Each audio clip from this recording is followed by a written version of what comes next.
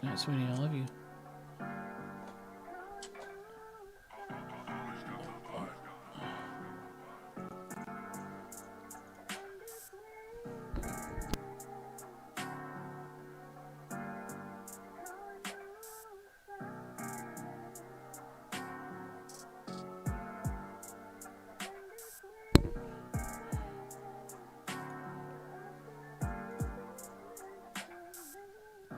Mic check. Check 1, 2. This could end up being a complete flop. I'm not even going to lie to you. I mean, you talking shit standing right behind me on a podcast is nothing new. No. I guess within the last, month's episodes worth? Never said I was going to try. Anyway, what's up, Gio? How you doing, man? We're on the new channel. This could completely blow up in your face. So everybody, kind of sit down and hang on. Who might end up with like 5 viewers? Who might end up with 50? It's really hard telling. It's gonna be a complete crapshoot to see what we get here. How is everybody doing tonight, though? Who's winning the game, Gio? I turned it off. I was working on finishing up another video here. Haven't completely got it done yet.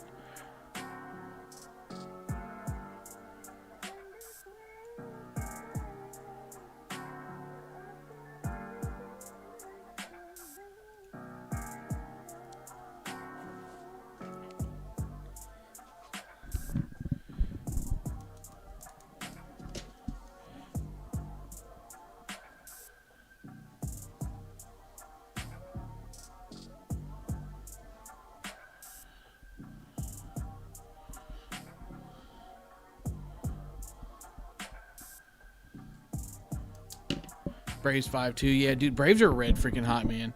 Like, the Dodgers are obviously and arguably like one of the best teams in baseball, but the Braves are just, they got their number. They have absolutely got their number.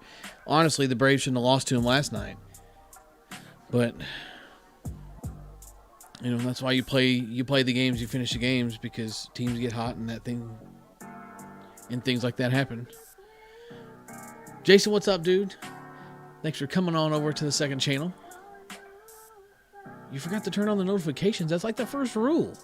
You subscribe and turn on the notifications. But I will say, I did forget to push everybody to turn on the notifications, so I'll be curious to see who all didn't do that. This might be a slow night here tonight.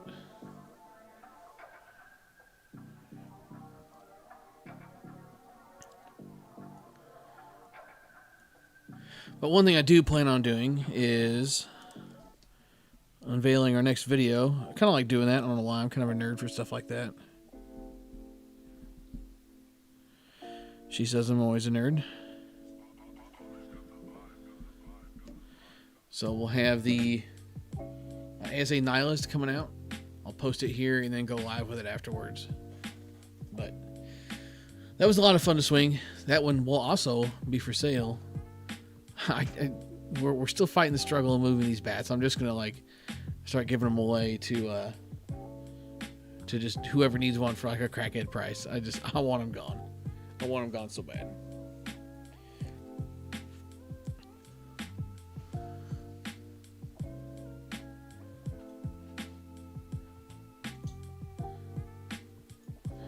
Let me.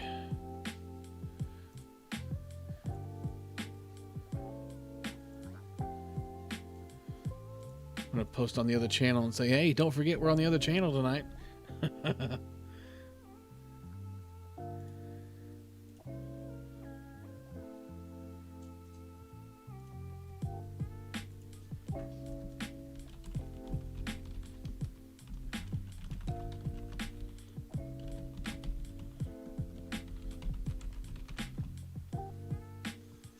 Then go here. Get a shareable link. Okay. Jason, you did do your part. You did, in fact, do your part, my friend. What, you got ball plans for the weekend? Is league still going? You were one of the ones still playing league, right?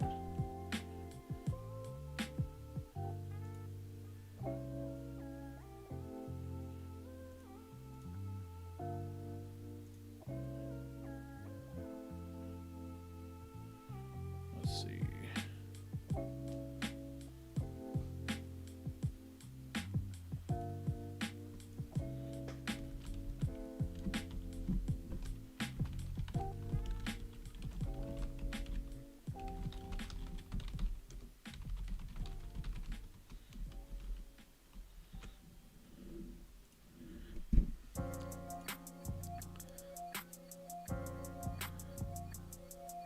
And done. See if that pushes a few more views in here. But will you our usual obligatory 10 minutes like we always do, just to see kind of what does happen here. Sometimes people do show up kind of late.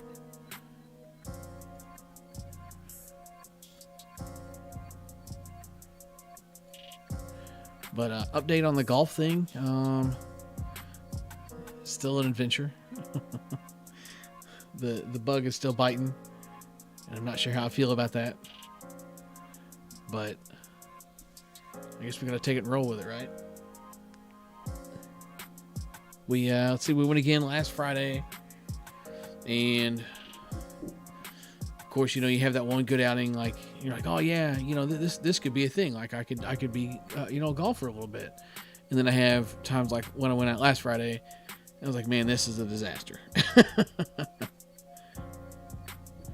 So might try and sneak out and get something in sometime soon again, just to, you know, feel the level of inconsistency. Go ahead and climb right on up.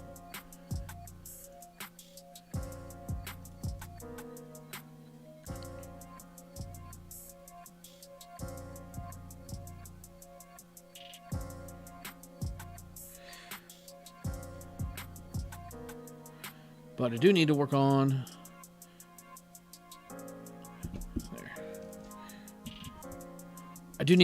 getting some live feed stuff set up. So obviously, if you've been following the channel at all,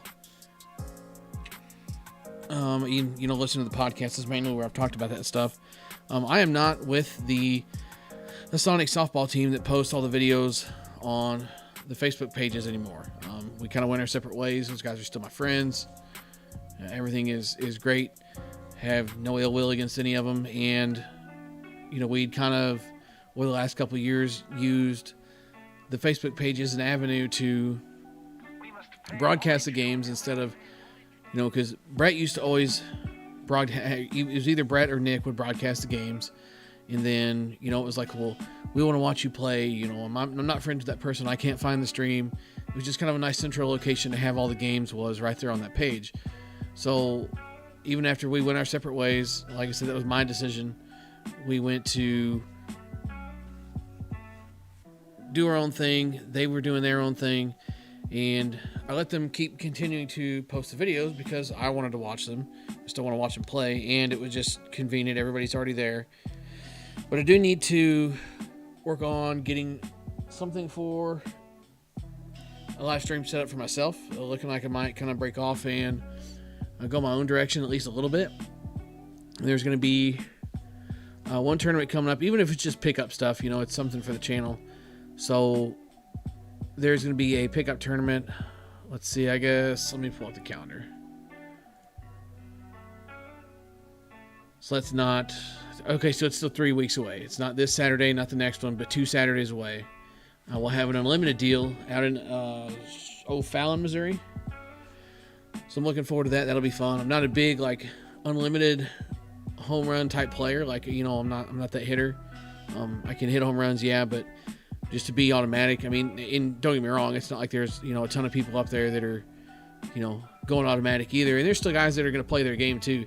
That's the big thing that you kind of you got to keep yourself in check a little bit with, you know, being true to yourself, staying true to yourself. You know, if you're not the guy that hits the home runs all the time, don't go up there and try. Go up there and play your game. You're on that team because you can play a certain aspect of the game and your team needs that. If you're the guy that goes up there and hits the ball hard, Sometimes they go, sometimes they don't. That's the approach you need to go with. That's what I'm going with.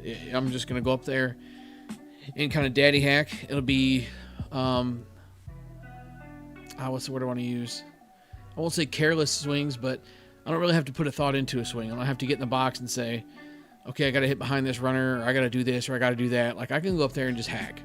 Like, it's going to be a ball into the gap, or it'll go over, or, I may roll over and hit into 10 double plays on the day. It's hard telling. But I'm looking forward to that. Those are always kind of fun to get into at the end of the year. And some of the unlimited stuff. It's cold outside. You're obviously swinging, 220 bats that haven't tested 220 since the day they were made, and hitting Classic M softballs. Well, what's not to love? There's going to be pitching screens out there, and we've kind of been up in the air on whether we're going to run a 4 or a 5-man infield. So it's unlimited home runs, and you're going to have a pitching screen, and I just kind of feel like in that situation, you might be better off running a 4-man. There's going to be a lot more fly balls, a lot more stuff through the air that would benefit you as opposed to guys trying to hit around the screen. And at the end of the day, if it comes down to it and you need to fall into a 5-man in that situation, I guess so be it. Because like I said, you're still going to have the good teams are going to have their guys that are going to play their positions. They're going to stay true to their game. So their game might be hitting around the screen, but the screen, to my knowledge, if I remember correctly, will be an out. So you do also run the risk of hitting the screen and being out. And I don't think this is one where the pitcher can reach out from behind the screen and field stuff. I do feel confident in remembering that I don't think you can reach out, to side to side and field stuff. I know some places they'll let you do that, but I don't think this one does.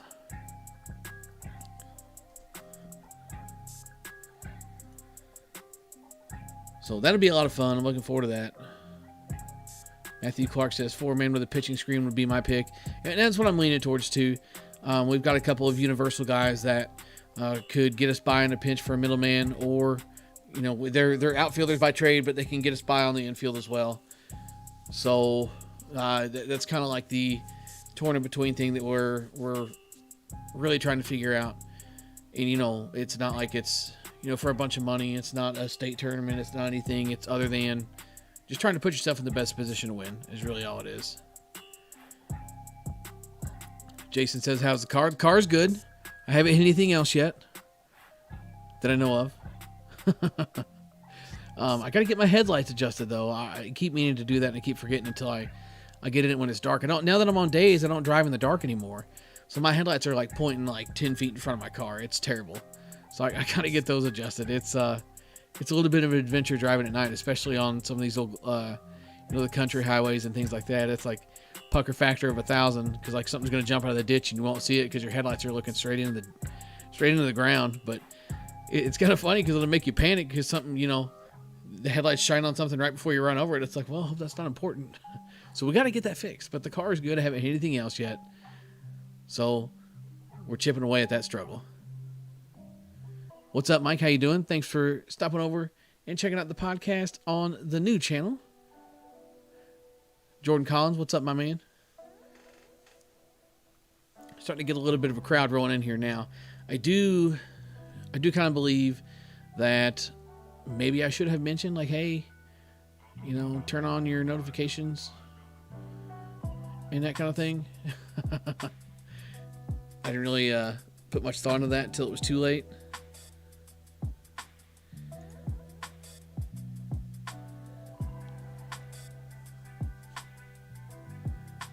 Mike Reyes wants to know thoughts on a pop toss. Man, I'm torn on the pop toss. I've seen guys do well with the pop toss, and I'm not saying that it can't be a beneficial tool, but I'm probably, if it were me, I'm not looking to take a full swing off of a pop toss. It's kind of squirrely. It's kind of inconsistent from what I've seen. And it's kind of one of those deals where, people can make the argument for the blue flame being the same thing. You can't really time it because the ball just kind of jumps out at you. But at least if you're using the blue flame pitching machine, then, you're seeing the ball from 50 feet away. You've got time to load up and react and adjust to the pitch. But The pop toss is like, you get no indication. It's just bang, here comes the ball, and you got to swing. I would use the pop toss for just like some light swings just to get the motions in. Maybe it'd been a while since I hit. Maybe I'm just wanting to get loose. Maybe I'm there early. I'm there early, and some people are wanting to get loose, get some grounders in before we start hitting. Maybe the pitcher's not there yet, or whatever the situation is. You could use a pop toss for things like that, but the pop toss I would not rely on long term for BP. I would much rather just use a tee in that situation. Not saying that it can't be for some people, but I definitely would not see myself enjoying one of those, and I wouldn't recommend it either. Jason says the Midwest deer, no joke. Yeah, that's for real too. Like, so when I worked in Alabama, worked down there for like a year and a half, so I was there for 2 deer seasons, and these guys are out, oh, look at this deer I shot, or my boy shot this deer this morning, look at this deer, and this thing's huge. And I'm like sitting here thinking, don't get me wrong, there was a couple of big deer, but there was a couple of people I was just like, that's a dog with antlers on it. Like, what are we doing? So I would send them, oh, well, look at this deer. So I'd send him, who was it? My niece one year shot a doe. So I showed him a picture of the doe. He's like, holy crap, that's the biggest doe I've ever seen. And then I showed him a couple pictures of some bucks. A guy I worked with actually shot a humongous buck one of the years I was down there. And the picture got to floating around down there too. And they're like, oh man, it's like horses with antlers up there. I was like, yeah, man, deer get big up here. Especially once you get over like the Missouri-Illinois line, over by the river, over at like Pike County, Illinois, deer get just gargantuan. That mean just bodies, antlers, everything. They just get humongous. Midwest deer are no joke. Sammy wants to know if I'm coming to St. Louis this weekend to play at BMAC. I will not be. I think the only other thing on my schedule as of now is November 6th there at Ozzy's in O'Fallon, playing with Matt Allen and some of those guys. You gonna be there, Sammy? If anybody else is there, come out and say hey. Don't be shy. And I do think what we will do right now is cut over to our newest video. Guys, what is going on? BP Hero is alive. We'll call it the hashtag sneak peek. Everybody say hashtag sneak peek in the chat. I'm reminded that I'm a loser again.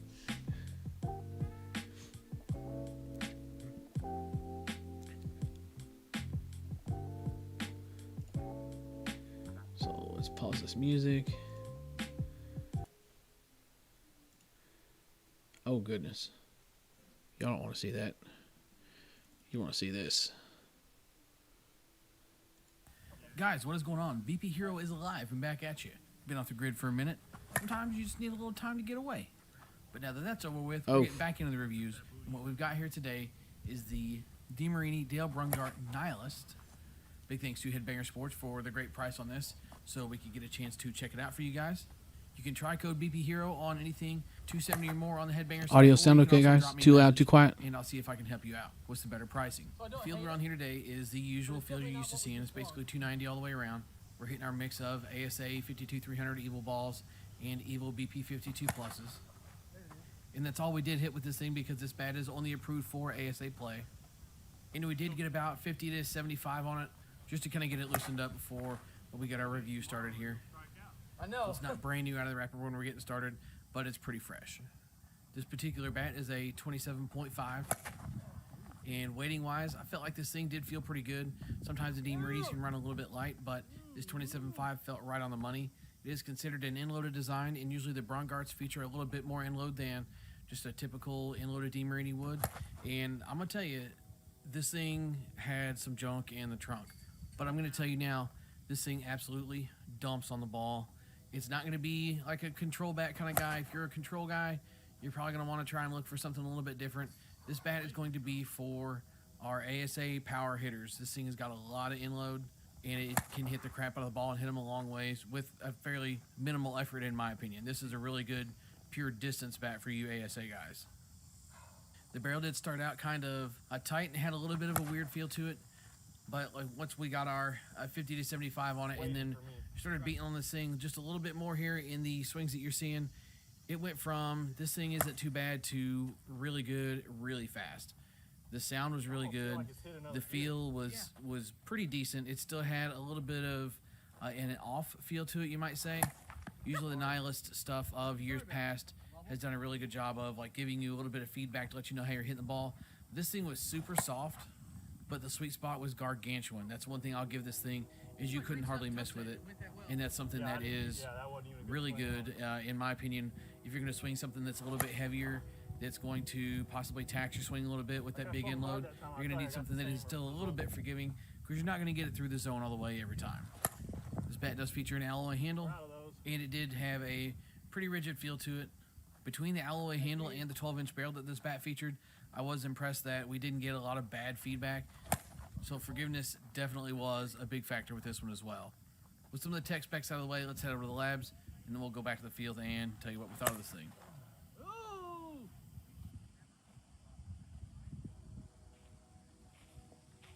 Go get it from the... So it's going to be a quick trip to the labs today. Here it is, this thing, brand new out of the wrapper. Got a good little ways to go before we got to even think about compression issues or anything like that. And given how much this bat broke in and got to feeling really good, I was honestly expecting it to be really close to failing, and it wasn't. And that did impress me quite a bit, I must say.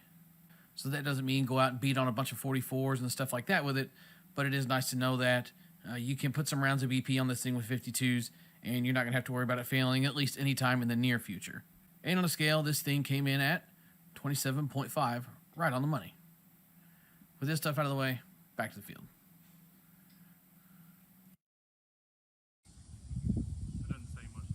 No. So if you know us at all, you know that we like certain specs in a bat. We like our 12-inch barrels. We like our big end loads. And this thing had them both. But even outside of that, I'm hitting this one with a stamp of approval, and here's why. This is a bat that just about anybody could pick it up and hit a ball hard with it. Like I said, it's not going to be for you contact base hitters, you guys that are just kind of looking to get the ball through the infield. I'm not saying that you won't be able to, but this thing is heavy and it wants you to swing it. So you may be able to get the balls through the infield faster, but know that that could come at a sacrifice of a little bit of control. I'm not saying this thing is completely impossible to control, but this is no question in my mind a power hitter's bat. So if you're used to short barrels with big end loads, then this thing will be right up your alley. We had a ton of fun swinging this thing. DeMarini knocked it out of the freaking park on this one. I like this bat a lot, a whole lot. So buy with confidence with this one, guys. No questions about it. That's it for this one, guys. Thanks for stopping in and checking it out. Hope you enjoyed it. And for the podcast crowd, don't forget, the podcast is rolling out on the new channel this week. Be sure to check out the top right corner. It'll be linked up there in the video, so you guys can go check that out. If you haven't already subscribed over there, we're moving the podcast over there. Everything is going to stay the same here, just moving the podcast there. So thanks for stopping in and checking it out. Swing hard in case you hit it. BP Hero, catch you next time. Surely I'm not that big of a bitch, am I? Yeah, I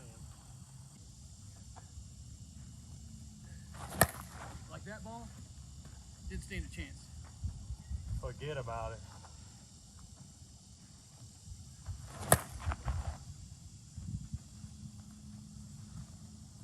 I missed that one, but I got barrel on it. Yeah, going to make it. Gotta stay short. Ain't mad about that. Finish. All right, game swing.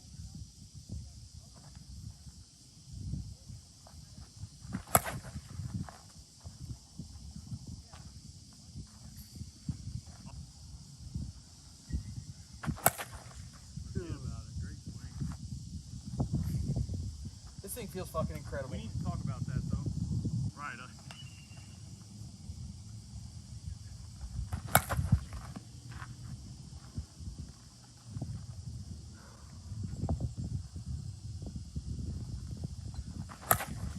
Oh God. What ball was that? Junk ass. Fucking cover peeling off.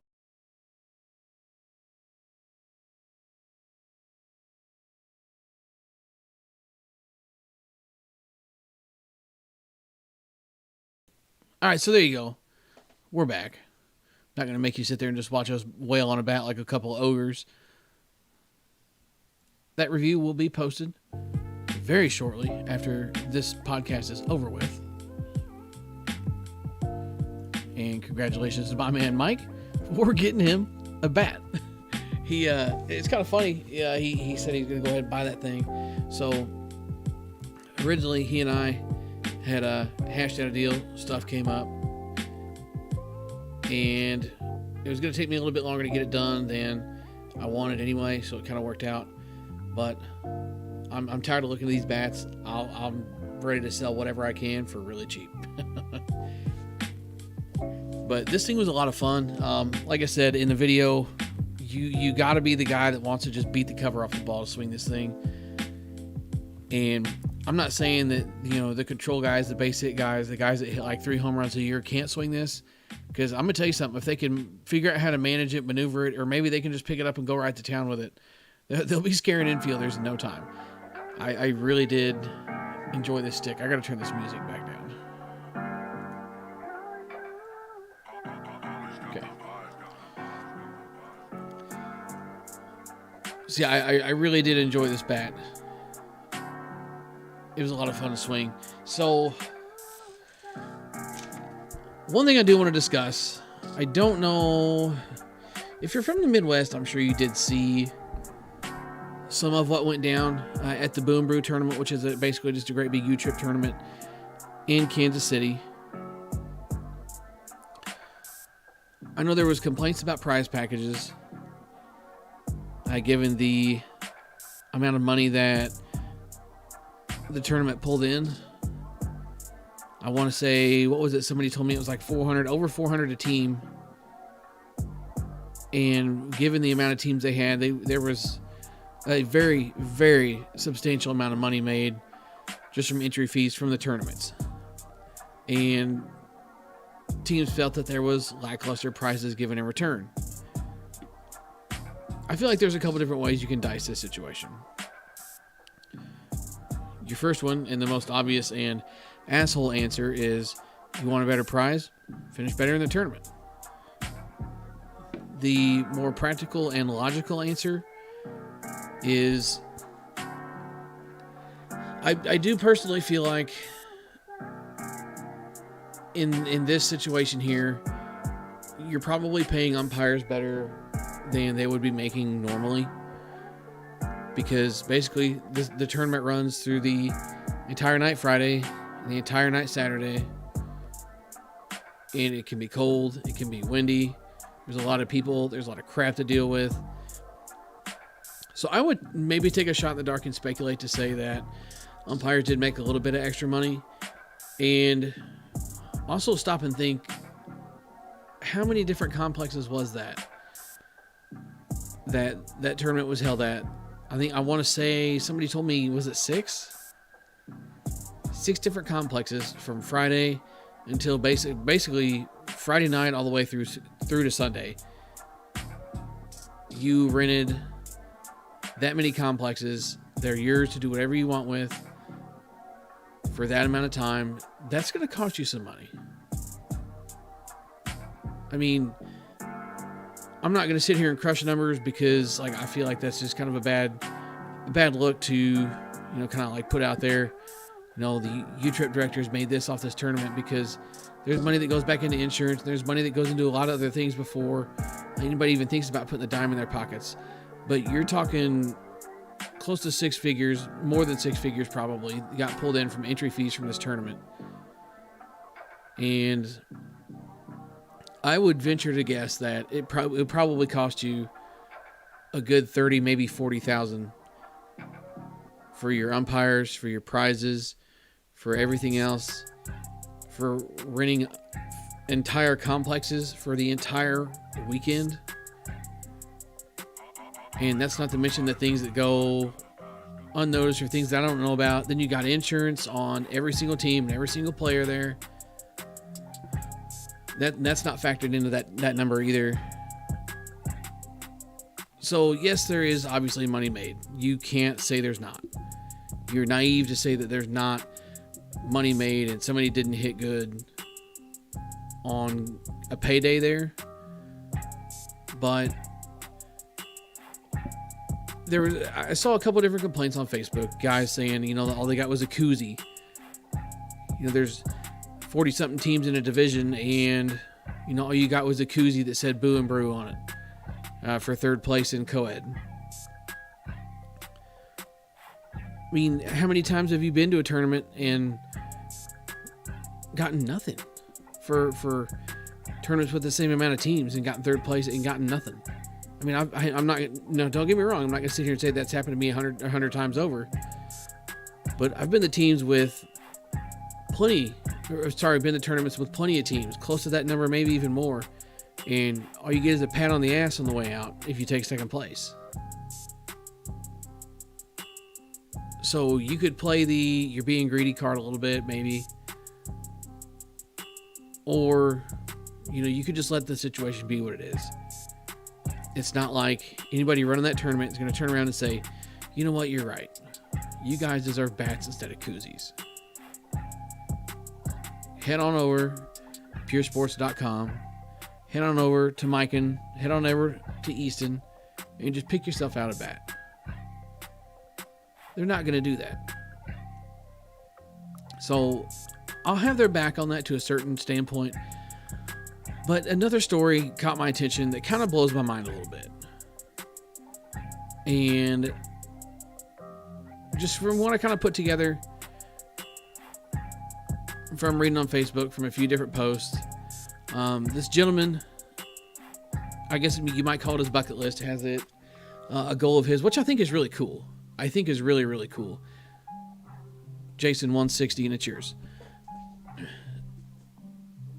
I think it's really cool that he wants to go around and do photography at a tournament in every state. From what I gather, his life goal is to go to every state, photograph a tournament, and he's not making money on them. He's just posting in places. People aren't paying him to, come take pictures of our team, or come take pictures of this, or come take pictures of that. He's not making money on this stuff. But I guess there's some kind of rule, some kind of statute, stipulation, I don't even know what you want to call it, that basically he had to pay money to even be there taking pictures. Like, you've already got your gate fees. He was listed as a coach on a team. So it's not like, he was just, there to be there. He didn't just, roll in and show up and say, hey, like, he was listed as a coach on a team. So obviously he had business being there. But because he was taking pictures with what was considered a quote unquote professional camera, he was seen as a threat. He was asked to leave or quit taking pictures. And that to me is just insane. Walk around, go to a tournament like that with that many people there.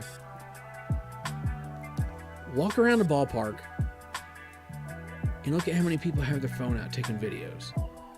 Look at how many people have their phone out taking pictures. Look at how many wives have their cameras out taking pictures of their husbands while they play softball. I mean, and vice versa. Look at how many guys are taking pictures of each other in the dugout doing dumb shit, or maybe, like getting ready to capture a buddy in a moment. They're doing it with their phones, right?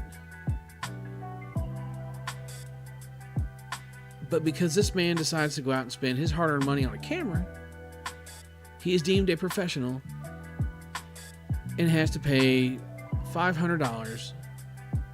You heard me. This is his story, his post. $500 to show up and take pictures in the event that basically what it boiled down to was they're organizing this event. He shows up where everything is already organized. Everybody's already there playing softball. These directors have gathered everyone there. So for him to show up and take a bunch of pictures and go off in what they think make money on these pictures, they should be entitled to a fee for him to be there taking those pictures. I'm sure that is a thing to a certain standpoint, different places, but honestly, it seems, not even the dollar amount seems absurd to me. It'd be crazy to me if I showed up to a tournament. Don't get me wrong. I'm not, Mr. Photographer by any means. But I've taken my stabs at it, and they were some pretty shitty pictures. And whether they were good pictures or whether they were bad pictures, it's the idea that someone was going to say, hey, I don't mind you being here taking pictures of these guys playing this softball. Give me $100. Or you got to put the camera away. What's right about that? And because he was considered a professional with a professional camera, well, I've seen people take videos and pictures with a phone that would look anything better than what I've ever done. What is right about that? I know that they were getting kind of scrutinized over a lot of that stuff this weekend, and I don't know any of those people. I couldn't pick the directors involved out of a crowd of people. Could not. I've exchanged messages with one of them a couple of different times over some player rating stuff, and that was really it.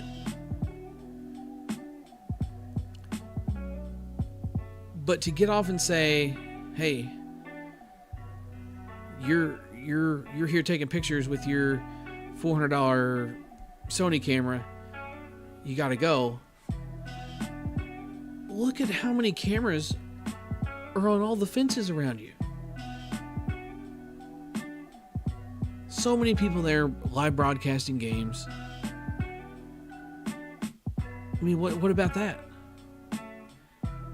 Are you going to say, hey, no live broadcasting either, you can't do that? That doesn't make sense. That's not right. That's absolute madness in my opinion. And it aggravates me. I don't know why, but it does. It aggravates me. It gets under my skin. Oh, we got both the Carmacks in the house. How you guys doing?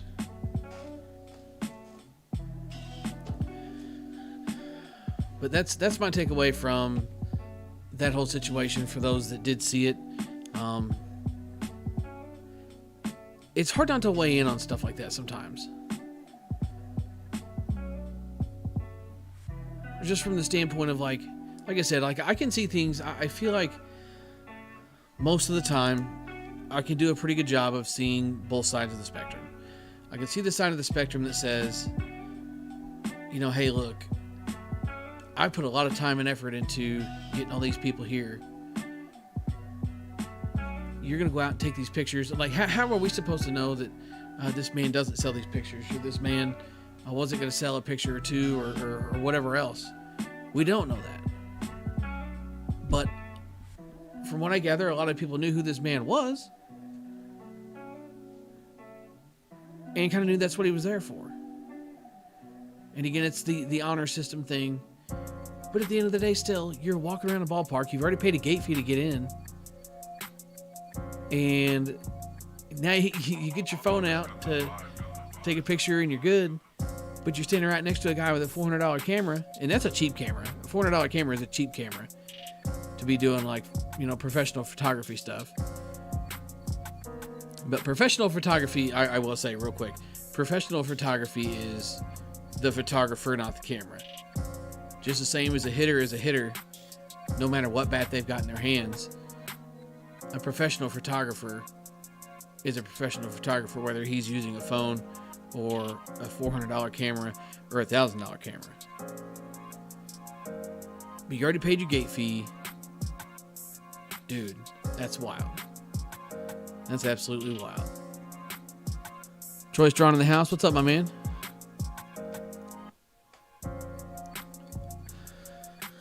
So, at this point in the podcast, I do think I'm going to take just like a little bit of Q&A stuff. I'm freaking beat. I'm not going to lie to you. I had to get up at 4 this morning, going to work a couple hours early so I could get off a couple hours early. My main man, Hayden, had to get some orthodontic work done.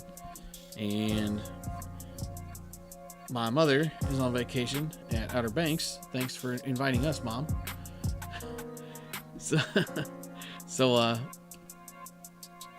she wasn't available to take him, so I had to take off work. So I am beat. I'll take a little bit of Q&A. If you guys want to fire away some Q&A, I'll give you a couple minutes to drop that stuff in, Q&A topics or stuff like that. But the inaugural podcast on the channel, the new channel, might be a short one. We'll just have to see. It's up to you guys to keep this thing going, right? It's no pressure, is it? Let's see. We got Troy. Played the Boo and Brew this weekend. Troy, how'd you guys do? In the Carmax, Scott did get to play on the turf all weekend. Remind me, how did you guys do? I feel like I saw your picture somewhere, didn't I?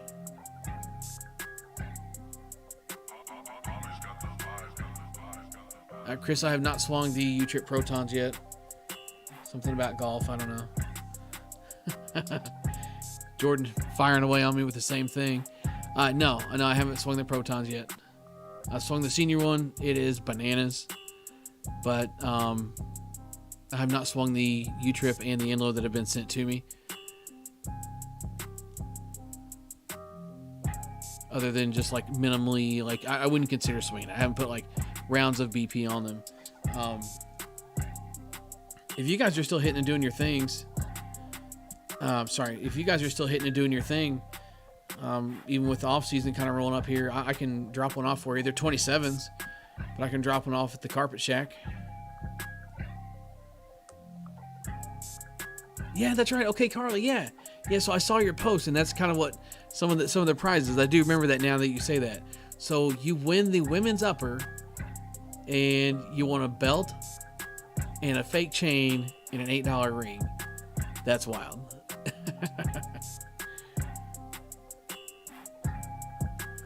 Oh shoot, my man Brian in the house. How'd you guys know that Brian used to be a golfer?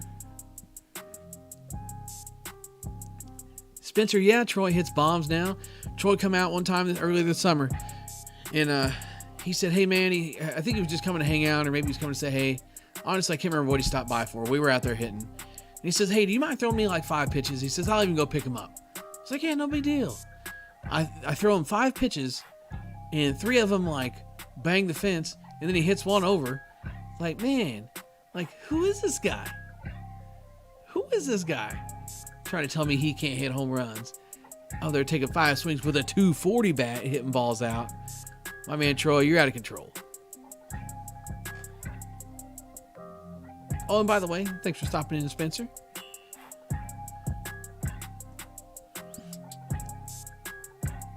Okay, Jordan said he's got one. That's cool. So I do think, just kind of trying to sit here, like, thinking about volunteering information just to kind of like keep the silence rolling, you might say. The silence away. Sorry. What? Huh? Oh. Hang on just a second.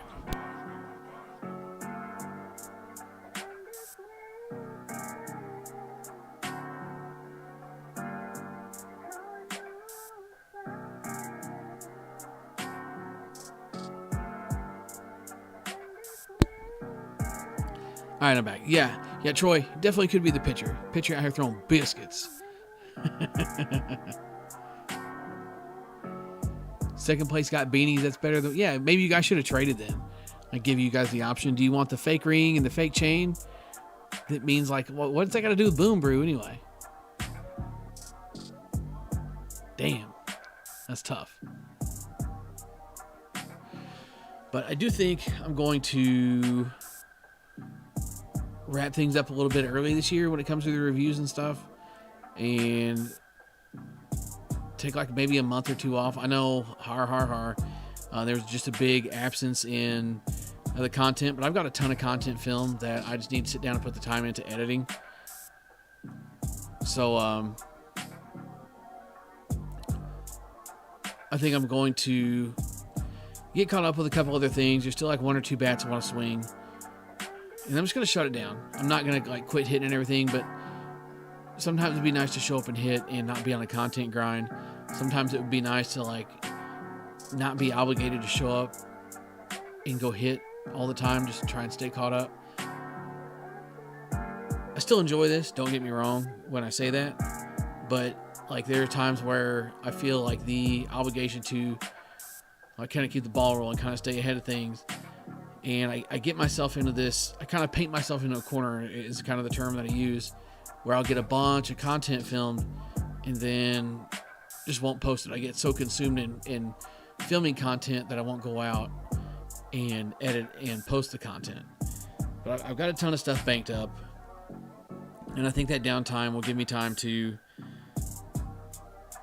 kind of relax, clear my head a little bit, change gears, change mindsets for the upcoming year next year, and kind of get me off to a fresh start. I won't feel like, I'm waiting until the last day of the year to post the best of 2021. I'm probably going to try and get that knocked out here soon. I'm not even going to tell you what podcast it was, but that list for the U-Trip bats has already been posted. It was in the podcast, towards the end of one of the podcasts. But I'm going to make you go look and see which one, because I'm that guy. But that has been posted. I'm going to do a video on that soon. And then got just a couple more ASA goodies coming. Headbanger. Man, they've been killing it with the monsters lately. Headbanger dropped a Sinister out of the sky. So we snatched just up one of those to get a review in on it.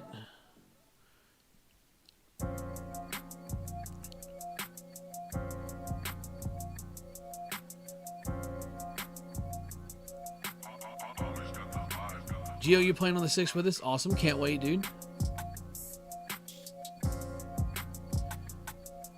Carly says the BP Hero Pure didn't pass it for 220 at Worlds this year.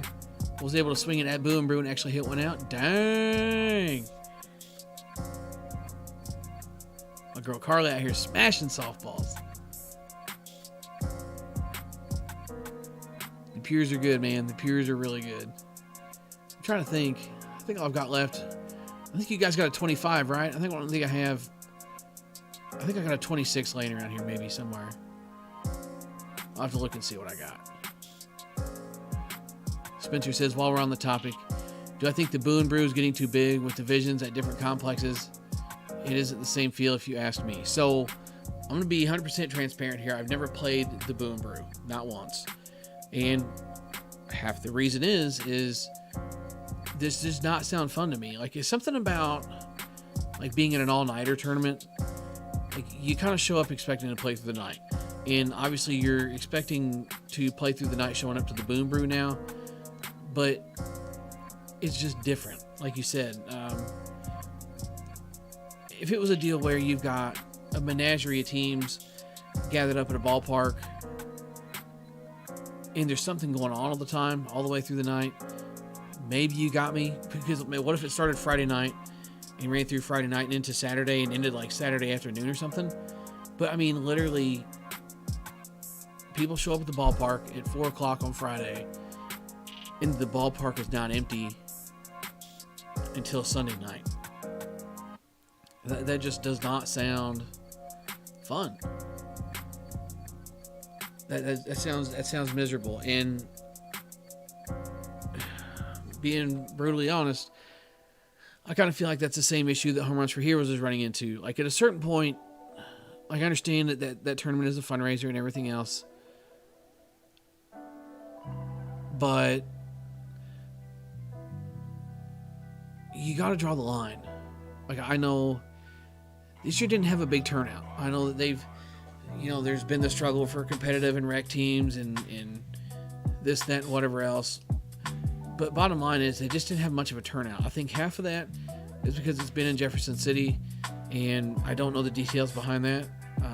I don't mind playing in Jefferson City, but I would say that not being in Columbia, where you do pull in some of the other league teams, is kind of a turnoff to some guys. And the fact that it's one of those deals that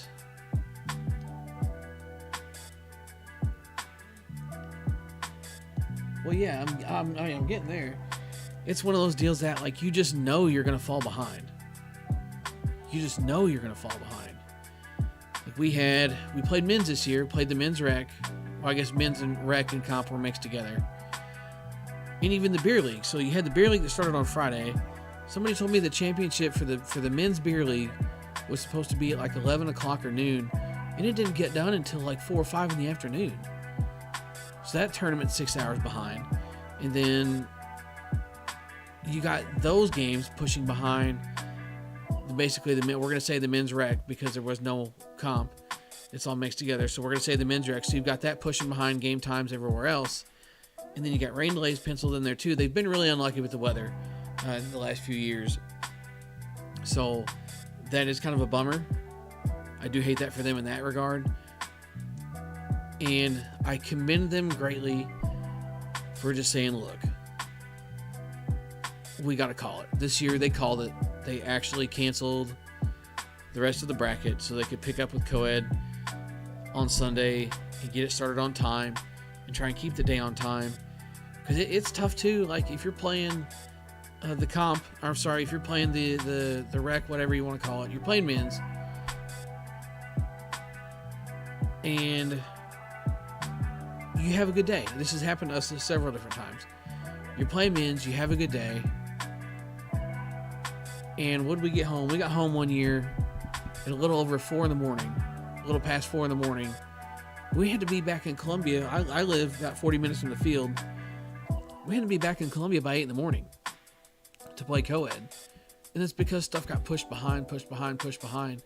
The championship was supposed to be scheduled for like 1 o'clock, and we didn't leave until, a little after 3, and we weren't even the championship. Maybe something to help keep games on time. Maybe it's a half round like the Boom Brew does. Maybe it's being a little more strict. I don't have a good answer for that, but drawing the line and capping teams would make a world of difference. Would make an absolute world of difference. And whether that means home runs for heroes, whether that means Boom Brew, it is what it is. But I think you do get to a point where you can bite off more than you can chew. And especially if you got to start hopping complexes too. It's like Spencer was saying, with the divisions at different complexes, the field just isn't the same. And it probably isn't the same because, in all honesty, what's some of the fun? Like if I'm playing in the D division and it's like we got downtime, what am I doing? I'm probably hanging out with some buddies, probably watching the upper division play. That's kind of fun to do in your downtime, is to watch the big dogs play, watch the upper teams play.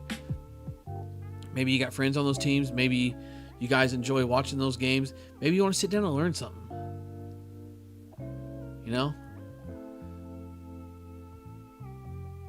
You cap teams and then you run into all the money that's missed out. But what did we spend the money on this year? God only knows, apparently.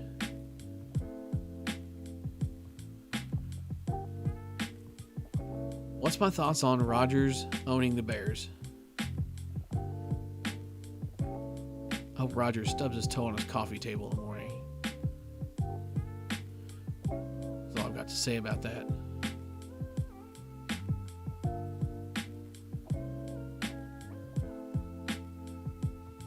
Hates Packers. You are going to get a microphone next week. Over here defending her grease ball of a man, Aaron Rodgers. Dude is an absolute grease ball. Just look at him. Yeah, he looks horrible. No, he's not a good quarterback. I can be a good quarterback with some of the guys he's got. I'm not a salty ass Bears fan. I still own you. Eh. Go to hell. Don't really though, because I'll be there in a minute. Not hell to bed. So yeah, that's my thoughts. Is I hope Aaron Rodgers stubs his toe on a coffee table. I don't want him to get hurt like for a long time, but just long enough that they don't make the playoffs and the Bears can roll into Lambeau and just. I hope I step in the water with my socks on too, because that does not bother me. That probably will happen. Man, what is it with this woman? She says she hopes I can't get comfortable tonight when I get in bed because I said that I wanted Aaron Rodgers to stub his toe on his coffee table. I just need him to get hurt long enough for them to not make the playoffs and for Chicago to go to Lambeau and win a game with Justin Fields at the helm. I'm still not 100% sure that I'm sold on Justin Fields, but it's a step in the right direction. And one thing I did not realize is Larry Fitzgerald is a free agent. We're going to talk about football for a minute. Larry Fitzgerald is a free agent. I'm calling it now. If he's not signed by week 10, he's a Buccaneer. No question. If he's not signed by like week 10 or 11, he'll be a Buccaneer for the rest of the year. Why wouldn't you? You can't say that guy's still not a problem. You can't say that guy's still not a threat. I mean, he is one of the greatest receivers to ever play the game. That will ever play the game. Larry Fitzgerald is a bad man. He's a free agent. That's just crazy to me. Maybe he's wanting a lot of money. I don't see him as the type that's like, pay me or I'm not, pay me a bunch of money. But I feel like if the right opportunity came along, like the Buccaneers, he's signing up. He's in. He's all in. I mean, who wouldn't want to go catch passes from Tom Brady, especially being one of the most prolific pass catchers to ever play the game, to have Tom Brady throwing you passes? I mean, hell, Tom Brady could make me a good receiver, But it's just madness. And real quick, I don't know how many basketball guys I got in here. Basketball season started. The whole Ben Simmons thing is going down right now. Ben Simmons basically saying he doesn't want to be with the team. He doesn't want to do this. He doesn't want to do that. Missing preseason games, missing practices. So finally they start finding him. So he shows up to practice and he gets thrown into practice for conduct unbecoming to the team and gets fined and suspended for a game. Like, what a shithead. I understand that maybe you don't want to play for your team that you're on right now and that kind of thing, but that's also what kind of annoys me with athletes. Some athletes these days is they don't get what they want, they just throw a fit. You wound up there, you signed the dotted line to play, go earn your money and go on. Because kind of the other aspect of that too is like, it's annoying to watch, especially in the NBA. It's very annoying to watch. You've got a lot of players demanding trades. I don't want to play. I don't want to do this. I don't want to do that. Max Kellerman said it right. He's on ESPN every morning. He said it right. The NBA is the league where the player always wins. The player always gets their way. They throw a big fit. They always get their way. That's lame. But what do you do? If I show up to the ballpark and say, really? I don't want to play with these guys anymore. Can't you just send me to another team? That team over there has got 10 guys. I could go EH for them. Will you take me off of your roster so I can go play for them? Ass bag. But nonetheless, that little rant out of the way. I'm wrapping up for the podcast because I'm losing my viewers as much as I'm losing myself here. I could get off into a big sports thing for quite a while now. But thanks for stopping in and checking it out. Don't forget to turn on your notifications. You got to subscribe. You got to turn on the notifications. Click the little bell thing and you'll see there should be an option there that gives you the option every time this man goes live, your phone's going to go off. That's kind of crazy. But who knows? Maybe now that we're over here, maybe we'll start podcasting more often. Probably not, but can you imagine? Swing hard in case you hit it. Thanks for stopping in, guys. BP Hero. Catch you next time.